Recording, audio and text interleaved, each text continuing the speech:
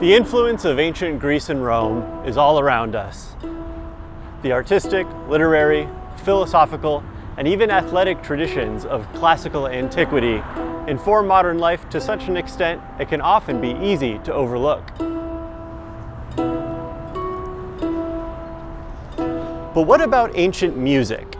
In contrast to other disciplines like sculpture or architecture, the music of the ancient world does not seem to live as large in the collective imagination. Many of you probably know the story of Odysseus or the three orders of classical architecture, but the examples and defining features of ancient music remain obscure at best. This series will tackle those topics in considerable detail with installments on instruments, notation, theory, and the surviving repertoire. But first we'll look at what we actually know about the music of ancient Greece and Rome, how we know it, and why it might be less prevalent than other ancient forms of art today.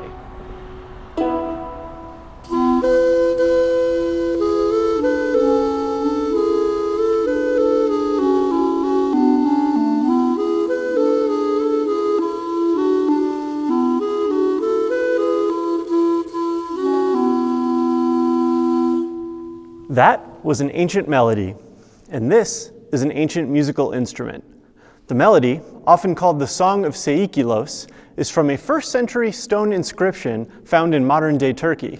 And this instrument, a double pipe known in ancient Greek as an aulos and in Latin as a tibia, is a copy of a Roman-era artifact, likely from Egypt and now in the collections of the Louvre Museum. Both of these specimens are products of modern archaeological research, but this only scratches the surface of what we know about ancient music, and archaeology is not our only source of information.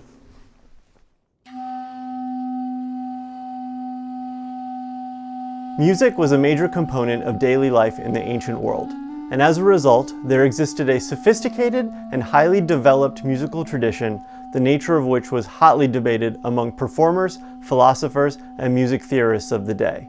Many influential thinkers, including Plato and Ptolemy, were inspired to write their own thoughts on the subject of music, its internal structure, its role in society, and its relationship to the universe. However, few, if any, of these authors' works are preserved in the archaeological record. Instead, we have medieval manuscripts to thank for that. Monks, nuns, and other scholars painstakingly hand-copied these texts repeatedly from late antiquity until the invention of the printing press, ensuring our ability to read them today and contributing significantly to our understanding of ancient music. There are, I would say, 4 substantial technical treatises on music which survive from ancient authors. They are Harmonic Elements by Aristoxenus, Introduction to Harmonics by Cleonides, Harmonics by Claudius Ptolemy, and On Music by Aristides Quintilianus, plus a dozen or so additional sources of significant musical information or commentary, including Plato's Republic and Aristotle's Politics. The manuscript tradition also preserves several songs and melodies, including 4 complete hymns from Emperor Hadrian's court composer Mizamides, as well as countless facts and insights about the ancient world of music. For example, we know the names of dozens of ancient musicians, like Simonides, the first person to add an 8th string to the lyre, and Flaccus, the slave owlet who performed in the comedies of Terence. This list doesn't even include mythical musicians or lyric poets, like Pindar and Anacreon, who were also skilled musicians in their own right. We also know the titles of many songs which have since been lost, as well as the names of the various genres and styles of music of the time. If we have so much information about ancient music, why don't we hear more about it? Why isn't it everywhere? The short answer seems to be the small number of examples available for study. Today, we know of about 60 surviving songs and melodies, but this wasn't always the case. To examine this issue any further, we need to take a closer look at the way information has been transmitted throughout history.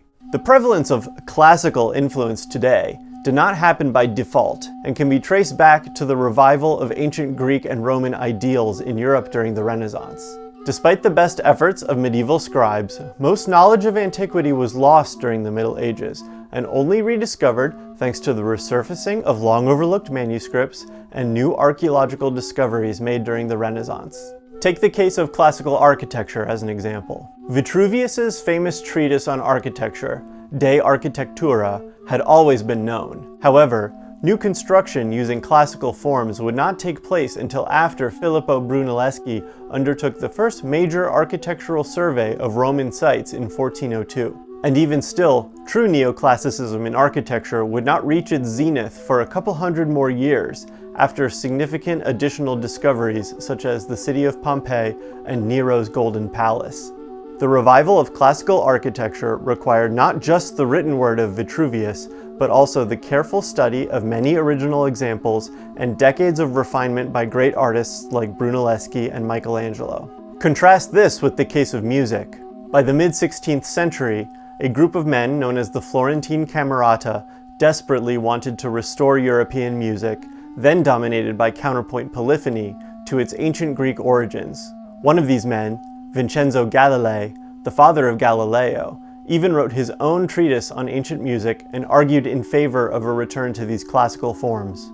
He mentions in his work that they are only aware of 4 ancient melodies, the hymns of Mezamides, no Seikilos song, none of the other 60-some pieces we have today.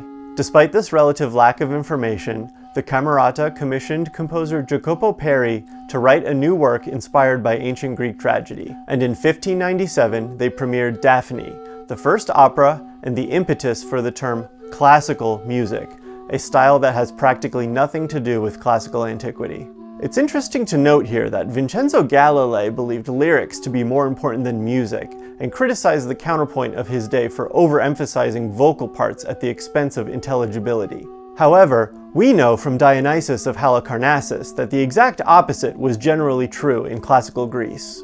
Words should be subordinate to the melody. In the centuries following the Florentine Renaissance, these newly rediscovered Greek and Roman forms heavily influenced many aspects of early modern culture and everyday life. Masterworks like Michelangelo's David were crafted after classical models. New governments were founded on the ideals of Greek democracy and Roman separation of powers. Great buildings in the Doric order were constructed from Los Angeles to Tokyo. But Western music took a very different path, constrained by a lack of examples to imitate. The Song of Seikilos was not found until 1883, and many other inscriptions and papyri were discovered in the 20th century, providing us with a much richer picture of the nature of ancient music today. The next chapter of this series will cover the musical instruments of classical antiquity, with installments on songs, harmonic theory, notation, and rhythm to follow. If you like what you've seen here, I hope you'll stick around, and don't just take my word for it, look it up for yourself.